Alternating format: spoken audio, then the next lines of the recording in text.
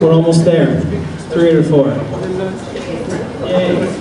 My name is Scott Clark. I'm the project manager of the Kingston Immigration Partnership. A cousin from the south. Thank you, North Bay, for having us up here.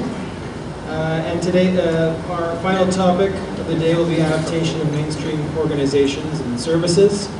I think it's a key topic for both the local immigration partnerships and in general any small community that's thinking about trying to attract and more importantly retain and keep immigrants in their communities. The mainstream or broader community needs to be on board for that. So to start us off, our first speaker is Seguin, Director of Labour Market Access and Client-Centered Program Policy at CIC.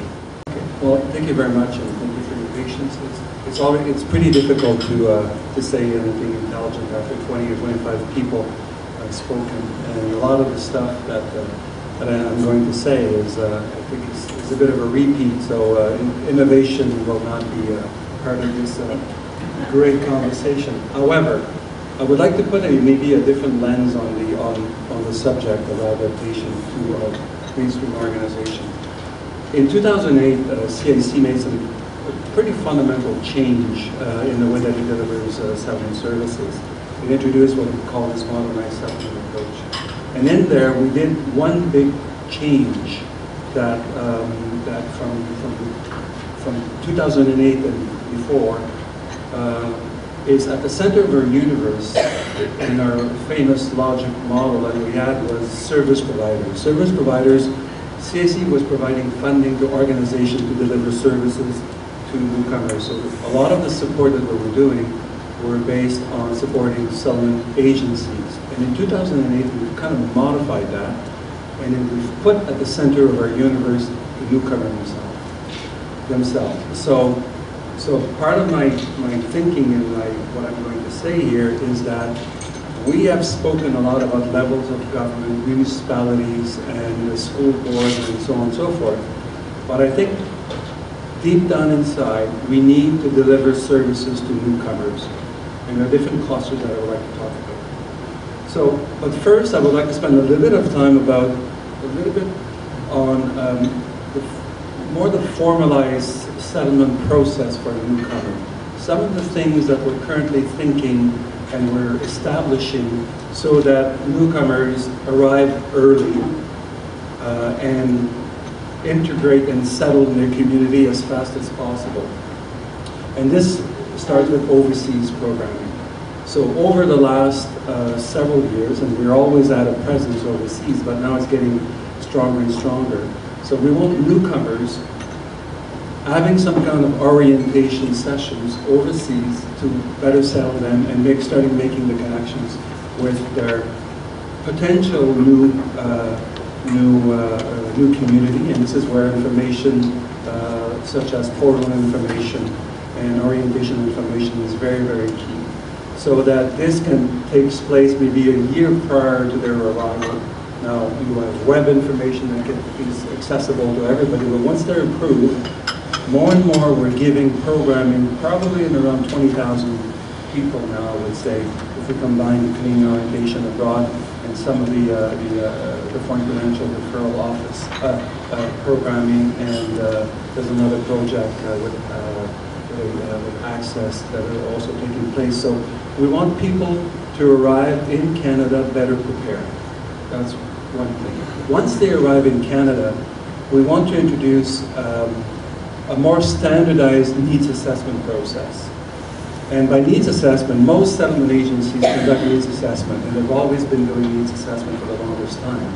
But what we're finding out is that there's kind of there are different approaches of conducting needs assessment, which is fine, because often if you're conducting a needs assessment with somebody who spent 20 to 25 years in a refugee camp, that's very different than somebody who you're trying to attract as a business investor, or you're trying to attract as a skilled worker.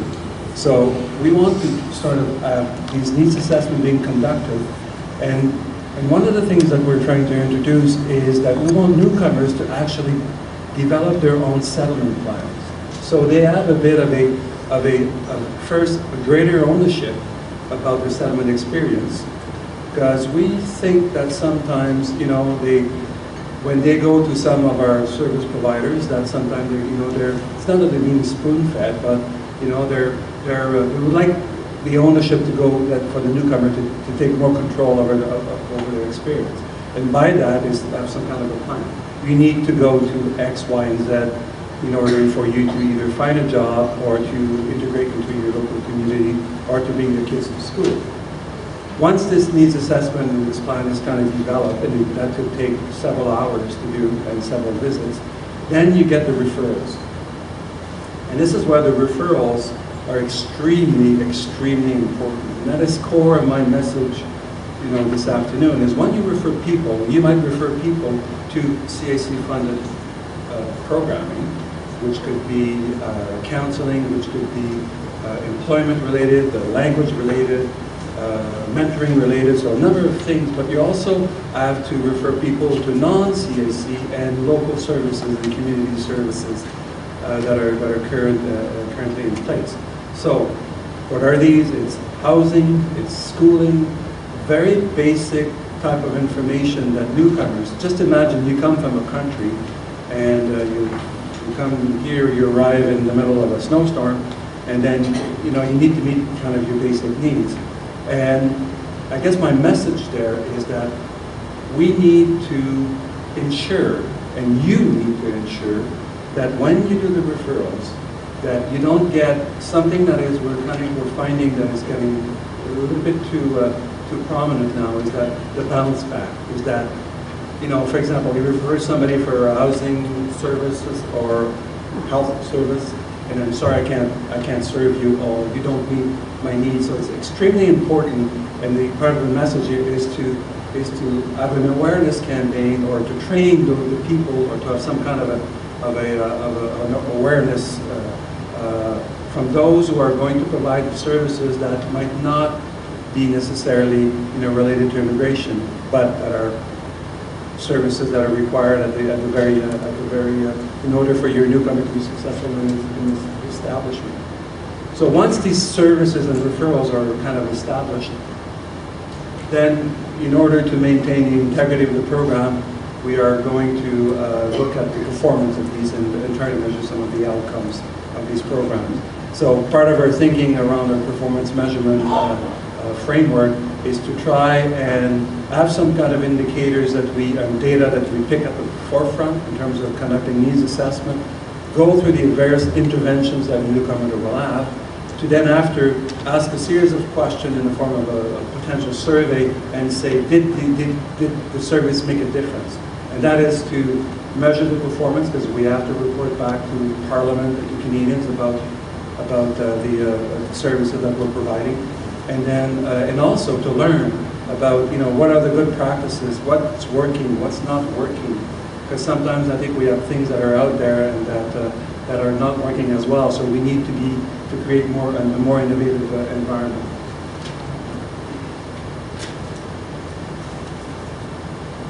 The second point I would like to make is, and I think it touches a bit on the issue of retention that we spoke a little bit this morning, but not a lot, is when we conduct settlement programming, one of the lenses that we're introducing in these needs assessment is to do a family needs assessment.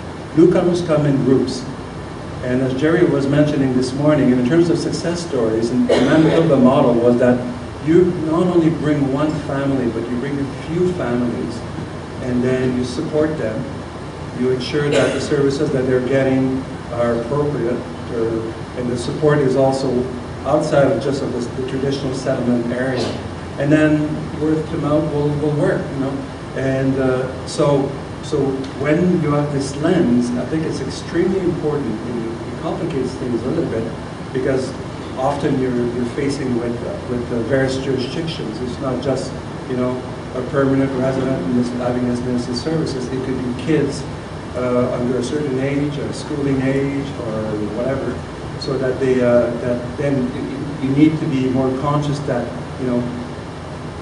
migrants move in families first and will remain, and that if you establish that the person having a good job is great, having employment, but they might leave the town because family is not happy, the spouses are not very happy, because maybe a community could not be very welcoming. So it's just not, one person, but it's a grouping of people that are together. So one of the best ways, actually, to kind of try to coordinate, so in terms of innovation, and again, I'm going to go on through the local immigration partnerships, as being a great vehicle to coordinate and plan the services of both every levels of government, would it be even employers, private sector initiatives, government services, would it be federal, provincial, municipal, health services, because depending on different provinces or different communities, it might be done differently depending on your jurisdictions. So we gave some thoughts. I'll take a bit on the local immigration partnerships and trying to see what kind of partners should be at the table. And I think what you're known today, you probably have the appropriate partners, but just in case you're missing a few. So of course you've got the federal usual representatives such as CAC, HRSDC, Service Canada, Health Canada, Agriculture and Agri-Food Canada, Canadian Heritage, and Regional Economic Development Agencies. So I think over here you're pretty much in line with some of the partners being present here. At the provincial level, you've got Ministry of Citizenship and Immigration, Health, Services, Justice. Justice is very important as well to be a part of this. Education and regional economic development, but again at the provincial level. Municipal representative, elected officials, we've seen all day that taking ownership is extremely important. It should be from bottom up as opposed to top down. Labor market actors, employers, training boards, business councils, Chamber of Commerce, labor. We've not heard a lot about labor. Unions. It could be, in some cases, a good player. Your local service providers, which are present here. Umbrella organizations. In some municipalities, it could be things like United Way or social planning councils. Local and regional research bodies. So I think you've got plenty of research bodies in this room. And potentially the media. So I think the media can play also a good role in terms of bringing your story forward, and because I think, again, we've heard today, if you don't market your success stories, you might not be as successful as you want to be. So these are the kind of the key points to set the stage, and I'm not going to take my full amount of time, which is okay. I just want to make one last point this morning that Mayor cut me off. And I had a good chat with Paul Finley about it, and my point was basically is that, I'm responsible and overlooking at kind of labor market initiatives and trying to promote. We always seem to think as newcomers, as employees, going to an employer. We don't have a lot of initiative that is looking at newcomers being the employer and being the small business.